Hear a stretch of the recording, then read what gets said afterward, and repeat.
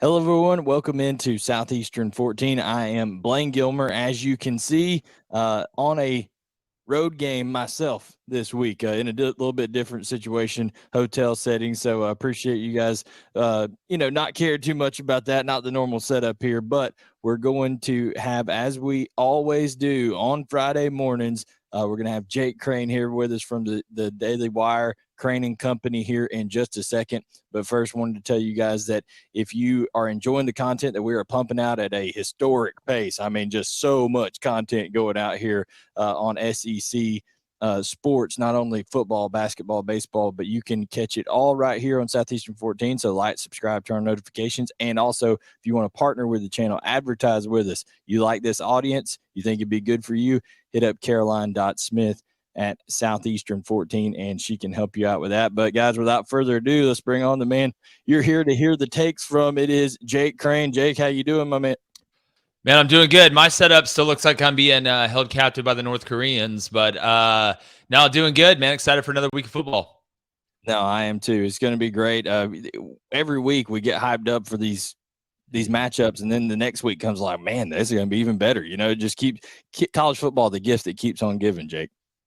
Oh, without a doubt. I mean, we're to the point now, I think there's like 50 straight days of football just in general, but we're in the meat of the conference schedule. There's starting to be some movement.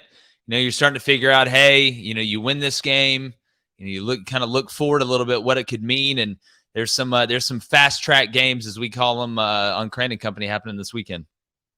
No doubt, and we're gonna touch on a lot of them here. But the one that I think a lot of people are really excited about, it's Alabama at Texas A&M, Kyle Field. Jake, this is one that started off, even as I did this graphic about a little over a day ago, it was 2.5. Now this thing's dropped to -1 some places, and it's going to be a bloodbath. I mean, the physicality in this matchup is what I want to talk about. Trench warfare in this one, Jake.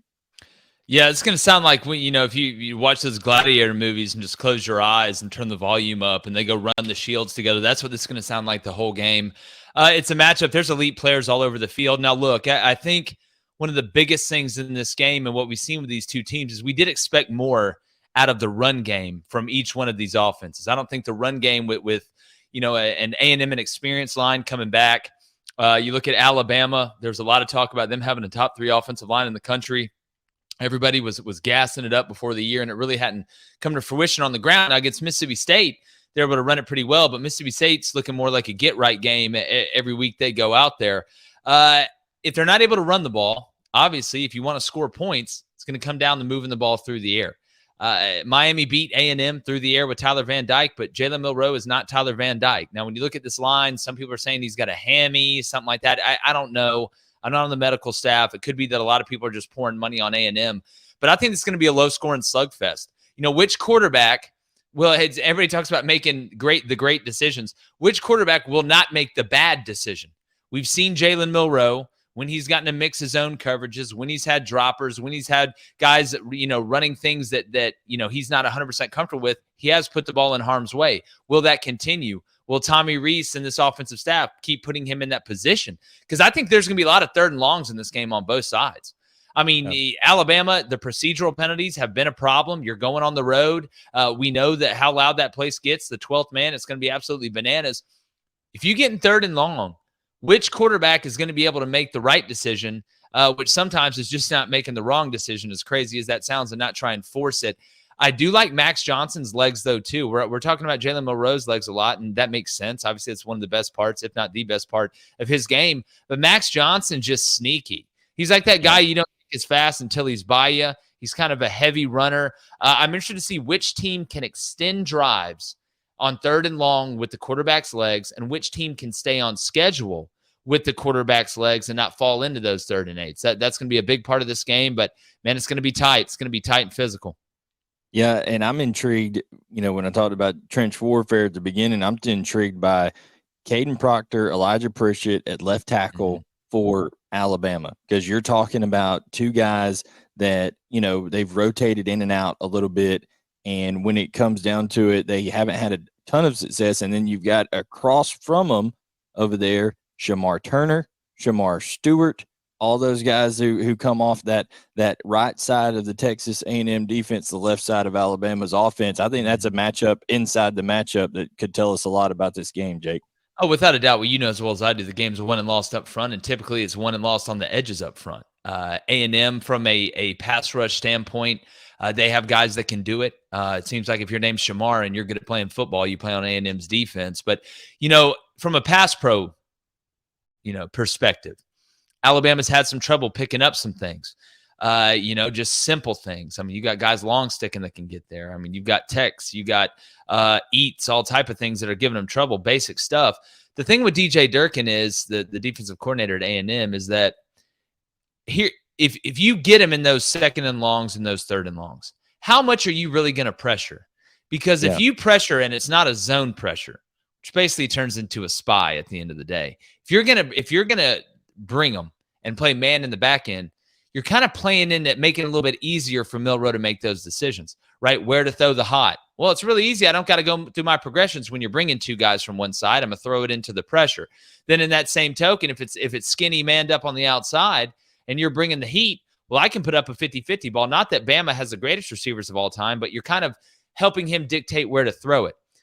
I think what you're going to see is a lot of bluffing pressure to try and manipulate the offensive line's eyes, maybe get them to take that wrong step and give that front four time, maybe give them a step advantage to be able to go make a play. So that's what I'm looking at right now. That's what the battle's going to be. And it's not just going to be a straight up man on man. Hey, can I bull you? Hey, can I swim you? Hey, can I run the hoop on you? It's going to be, hey, is there any way we can get the tackle a little bit off balance so when we do run our stunts, we're able to get to Milroe? But the biggest thing, one of the biggest things, Blayne, I don't think people talk about this enough in college football and really football in general, is with a guy like Jalen Milroe, you cannot rush past him. All week it's preached, don't lose contain, which makes you think, hey, we need to make sure the edges are wide enough where he has to stay in the pocket. But if you rush past him, you are giving him that crease in between the ends and the three tech or the nose when you're bringing that four man, and he's going to be gone. And if for some reason you're running some two-man concept, all right, and he's able to squeeze out of there, Jalen's type guy go hit his head on the goalpost now. So that's kind of what I'm looking at. But those one-on-one battles, man, that's where it's at. Yeah, Jalen he'll look like Mike Vick against the Vikings that time where he made those. He can move, man. Like look, there's some questions about Jalen Milroe. That's not one of them. Well, and here's the thing: if that hammy is tweaked, and there's a rumor going around on the internet, things like that, as we're recording this, so we'll see what happens with all that. But I'm excited for that matchup too. And like you mentioned, Alabama's got weapons at receiver, and people have to remember A&M had some problems with Miami in the passing game, so it's not like you can just totally go, man, I agree with you. It's probably better to cloudy that picture and mix a lot of different zone looks and stuff like that for Alabama on defense. Now, Jake, I want to turn to the game that I will be in attendance at on Saturday night, and that is Kentucky at Georgia, 14.5. What I want to talk about in this game, though, is everybody's talking about Georgia and stopping the run and all that kind of stuff. What people don't understand is the reason Auburn had success running the football on Georgia is because of the threat of the quarterback run. Yes. Devin Leary can't do that. You're not going to just turn around, hand it to Ray Davis, and run it down Georgia's throat. Man, I love what you said there. I love the under in this game, and everybody keeps talking about, man, this is a great matchup for Kentucky. Georgia's weakness is against the run, but if you actually go back and look, I mean, Georgia's given up 20 points twice, right? Once to UAB, the quarterback hit him for 22 yards and a touchdown in that game. Not that 22 is a lot, but on 8 carries, he was decently effective because the more I'm able to spread you out, the less thick you are in the middle. That's not Kentucky. Kentucky is a north and south running team. Devin Leary has minus 20 rushing yards on the year. Okay, it's because of sacks and things like that. Devin Leary is not out here running. Okay, that's not his forte. Running into the teeth of Georgia is not good for business. Kentucky loves gap scheme runs, right? Power, counter, things of that nature. You'll get some zone stuff every now and then when they're mixing it up, but it's a heavy, a lot of duo, heavy base block, pull 2 guys, pull 1 guy, go kick out. This plays right into Georgia's hands, and Devin Leary has not had to do a lot, right, for this offense. A lot of it's been Ray Davis. Ray Davis has been so good, the play action's great, right? You get one thing, you get another. I get a good run game, probably got a pretty good play action game. Georgia's really good in the secondary, especially at safety. Best safety room in the country, in my opinion, with Malachi and Bullard. But when I look at this game, I see Kentucky struggling. I like Georgia a lot in this game. Not that Georgia's going to score 45 points, but we're starting to see that and all they're going to hear all week is you've gotten off to slow starts. You've gotten off to slow starts. We got to stop the run. We got to stop the run. That's all Kirby's running around with that bullhorn, screaming at everybody in practice. That and where's the leadership? Is this a blackout? It's not a blackout, I don't think, but it's going to be – it is what it is, Jake. It's the first SEC home night game for the Georgia Bulldogs since, get this, JT Daniels was the starter for Georgia the last time they had a home night it's going to be a haunted house. It's going to be a haunted house.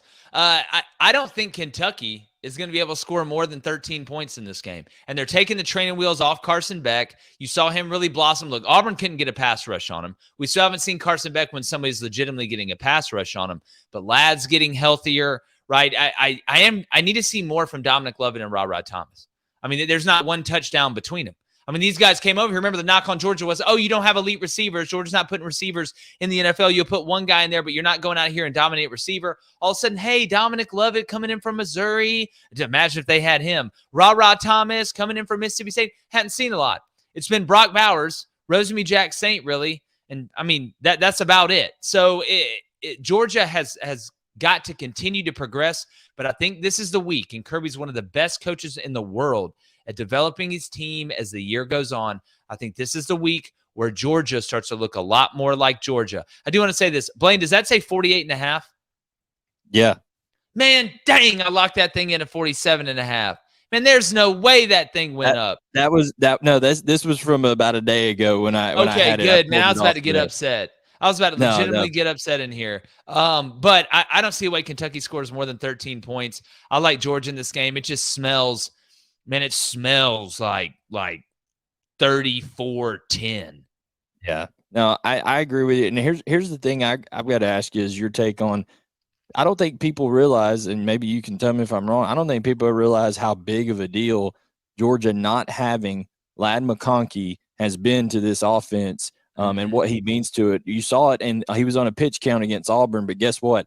3 third-down conversions for Ladd McConkey against Auburn. So my question is, you've coached special teams, defense, all this kind of stuff.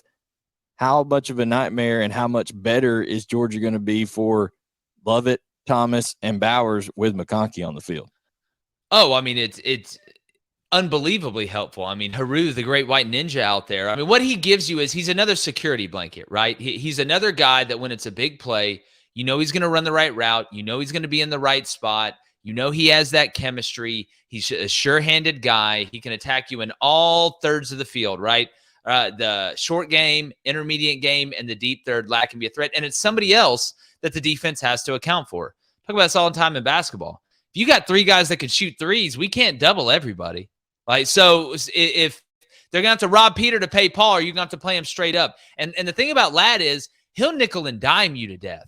Like, Ladd doesn't have to sit there and run the 9 route. Ladd doesn't have to sit there and run the post or sit there and run double moves. Ladd will sit here and run a slant. Ladd will sit here and run a whip route. He'll sit here and run a corner and just nickel and dime you all the way down the field. It's huge, not only from a preparation for defenses against them standpoint, but it gives the offense another weapon, and it really allows you to utilize both sides of the field. When you can have 2 weapons there, 1 weapon on the other side, you can really open up the Waffle House menu. Yeah, and speaking of Waffle House, things get a little bit crazy in there. Things also get crazy in Columbia, Missouri, and that is where LSU is headed to. When I did this, it was 6.5, 65 over under. I don't know what it is now as we get closer to down it. To 4. It was 4 the last time I saw it. Down to 4.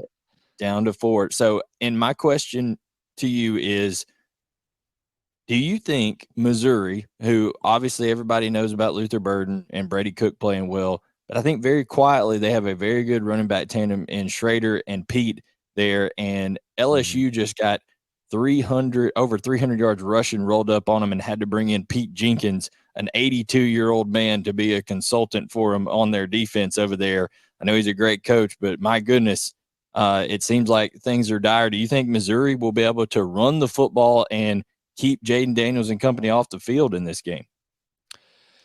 Well, look, I think LSU, unlike South Carolina's offensive line that just it's a lack of ability, right? LSU has ability on defense. I was shocked. Not only watching them line up a yard off the ball, but getting blown off the ball 3 yards past Yard and that. a half. I mean, dude, like simple stuff. Like, are you for real? That tells me, that you're mentally not there. And that shocks me after the second half against Florida State, where they got physically whipped. And then you look at Arkansas being able to hang in the game. You think at some point it would register. Will it register this week? I think it's anybody's guess. But if they physically don't start putting their hands on people and they don't start lining up and realizing who they are, this Missouri offense can really hurt them. I mean, Brady, somebody cooked here, is absolutely balling right now. During the offseason, we talked about it. I'm telling you, this Brady Cook kid has all the tools, but it seemed like almost every game last year, there'd be 3 or 4 times where he'd be out of the pocket and moving where he'd make a mistake that would hurt him. He's eliminated those this year. And it does help when you have Luther Burden, who's from planet Krypton out there, that can move. Him and Brian Thomas, like everybody talks about Malik Neighbors, and they should. He's a beast. But him and Brian Thomas are 2 avatars out there playing in this game. So I think Missouri is going to have success on offense. There's a lot of pressure on LSU, but there's a ton of pressure on Missouri, right? 5-0, big moment. You beat Kansas State at home. I think this is going to be a track meet because Missouri is like 101st in pass defense. LSU's way back there too. I just don't see right now, even if they play well, how this isn't a 30-something to 30-something game. Yeah, and I think that Luther Burden, of course, is going to get his. But even with Brian Kelly coming out and saying today and saying Deuce Chestnut's no longer with the team, so that's a big transfer DB they had. He's no longer with the LSU team. So now that's one less DB they have to try to rotate in there. I know that Luther Burden's going to get his, but you can do certain things in that to try to double cover and stuff like that. But I am intrigued to see, okay, if Schrader and Pete can get any kind of thing rolling on the run against LSU as much as they struggled last week, I think they could bleed that clock a little bit and just limit the possessions that Jaden Daniels has to hurt them with Neighbors and Thomas. And I think that could be a key to success for them. Oh, without a doubt. I mean, it helps you dictate the tempo. It helps you set the tone. But I know Missouri wants to put up a lot of points too. I don't see Drinkowitz and Missouri going to the, hey, let's sit on the ball. Let's be conservative. I think they would be like, listen, you want to turn this into a Globetrotters game. We got a few guys that can dribble too. Because I like Weiss out there too. I think he's a really good player. But they do have balance on offense. And Brady Cook can run as well. That's something else. When it comes to defending LSU, I just don't see how you're stopping this offense right now. I mean, they've literally got everything, and they've got it in bunches. Mason Taylor, the tight end, I believe he's coming back this week. Not 100% sure, but you add him with the running backs they have. Jaden Daniels is playing at such an elite level, and what they can do with Malik Neighbors and Brian Thomas, as I mentioned. I'm interested to see, and typically offensive guys like Drink, they don't want to sit on the ball. Like they want to take their shots. They want to run the ball to be able to run play action, as I mentioned earlier. It helps them pass pro too, obviously off of play action and even not off play action. It slows guys down a little bit. So it'll be interesting to see how they play it. You never say never, Blayne, but I feel like, man, this one's going to be a high-flying affair. I think this one may come down to special teams. Yeah, and we know that Mevis hit a 61-yarder to help him. Fat kids can kick. It's just like hitting in baseball. There's just something, man. It's just there's something about it. Like Theo Vaughn said, make you want to kick a fat kid in Kmart. But like again, like for real, like especially growing up, y'all remember? I mean, name one fat kid you remember that couldn't hit. Hey, hell, I know I was one of them when I was 12. That's it. Chicks dig the long ball. You know what I'm saying? They love it. They love it. In terms of the panic meter, LSU, they lose this game. I know that what Brian Kelly did, if they go into Columbia, Missouri, and they lose this game, I know what he did year one, take him to SEC West championship. But after this, there are no more divisions, and you get Texas and Oklahoma coming in. And I know it's LSU and they're recruiting well and all this kind of stuff. But what do you think the panic meter is? And we're going to go through a couple of programs here on the panic meter, 1 to 10.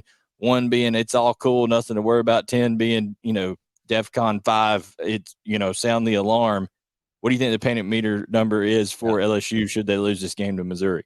Well, if we're going to talk about fans, they're going to panic at a 10 anyway. It doesn't matter. But if we're going to talk about legitimately something happening or a move getting made, I would put it at a 6.5 because of the coordinators. This is one. Brian Kelly ain't going anywhere.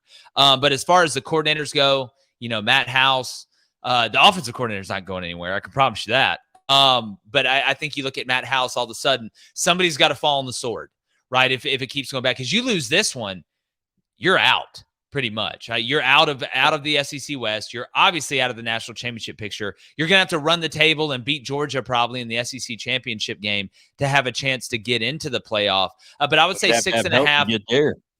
Oh, well, I think it's going to be hard for them not to put the SEC champ in. Not saying they would. If there was ever a year where that was a possibility. I'm saying for LSU to get to the SEC championship game. Yeah. No. It's unbelievably tough. I'm just playing the, what if game. But yeah, you lose this one.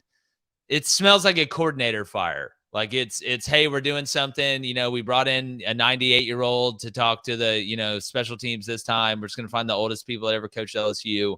No, 6.5.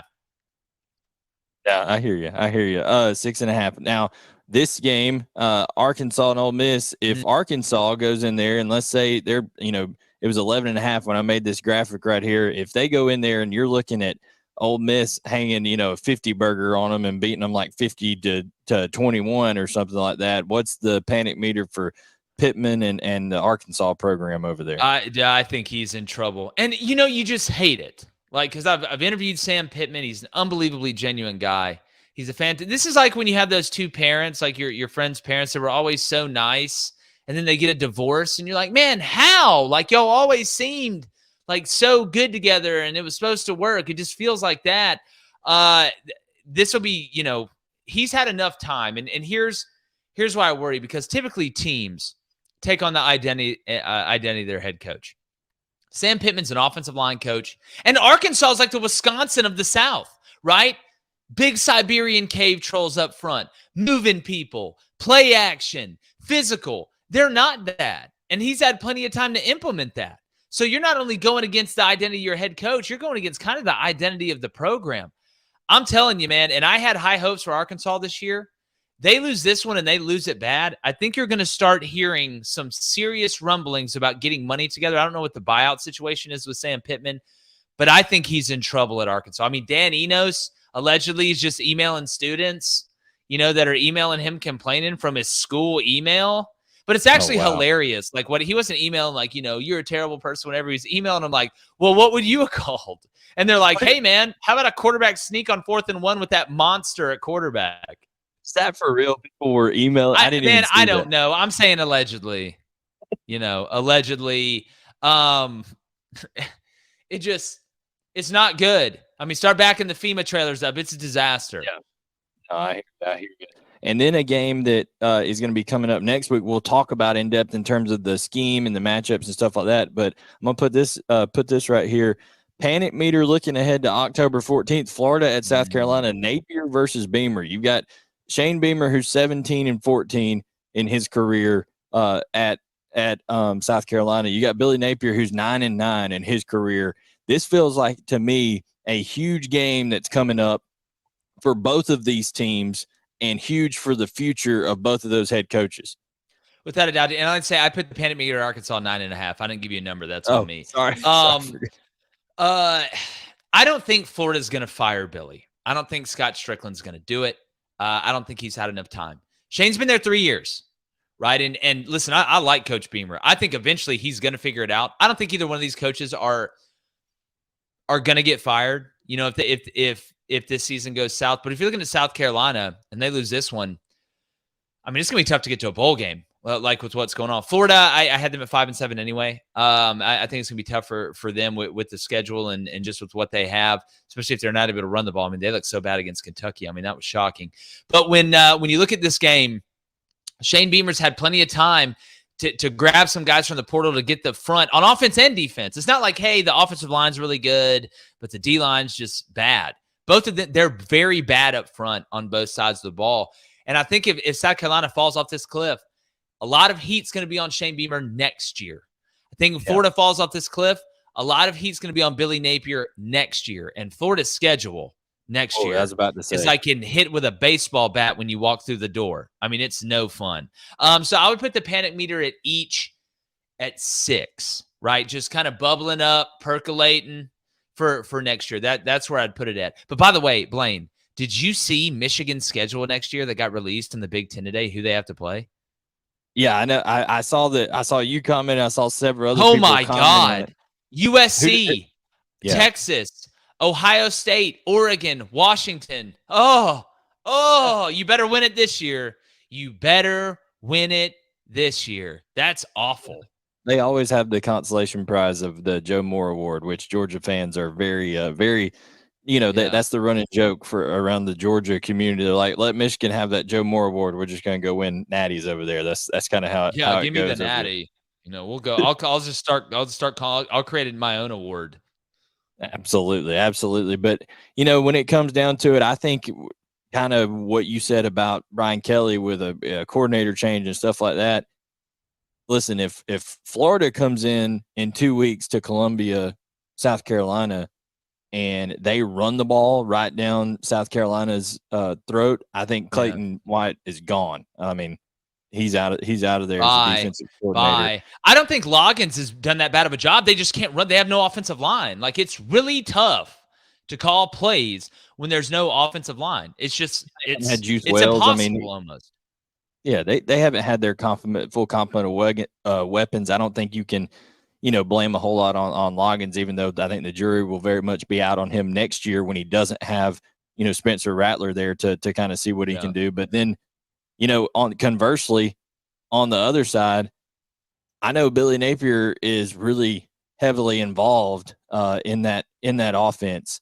He's an offensive guy, but if they go into Columbia and they get in there and can't pee a drop, can't run on the road like they did against Utah, they ran for 31 yards, like they did against Kentucky, they ran for 69 yards. If they have less than 100 yards rushing in Columbia against that defense, do we begin to start questioning, hey, does Billy need to change up things offensively? Well, what shocked me is, like, Billy, if you follow Billy Napier, he's had a mobile quarterback. He wants to get in the pistol and run the zone read stuff. Like, that's what he wants to do. That's why when they got Graham Mertz, not that Graham's played. Graham's been better than what I thought he was going to be, honestly. But when they got him, I was like, I'm confused. Like, that's a square peg, round hole. It's almost like you just reached out and grabbed the first good looking piece of fruit at the fruit stand instead of, looking through them. Yes, I mean, they're gonna have to do something, right? Austin Armstrong isn't going anywhere. The DC, he's a young up and comer. I like him a lot. You see how bad Southern Miss, for lack of a better term, misses him. But when you look offensively, Billy's gonna have to do something, right? You got to show, hey, we're making changes. Okay, I know everything. We're just not status quo. I'm not okay, you're not okay, but that's okay thing. I would not be shocked at all to see that. So I'd put it at about 6 for each.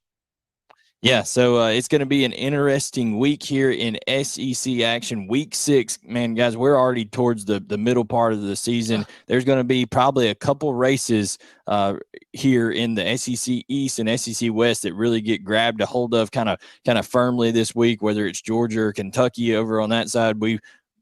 Jake and I feel that Georgia will perform really well this weekend. And then you've got Texas A&M and Alabama who are really going to kind of try to keep themselves ahead of pace of a Ole Miss team that, even though Ole Miss has a loss to Alabama, they could be right in this thing if Texas A&M takes care of the Tide over there in College Station. So it's really going to start to take shape here with the races and stuff like that. And we appreciate you tuning in right here on Southeastern 14. Jake, tell everybody, if they don't for some reason know already, tell them what Crain and Company has going on and where they can find you guys on the Daily Wire.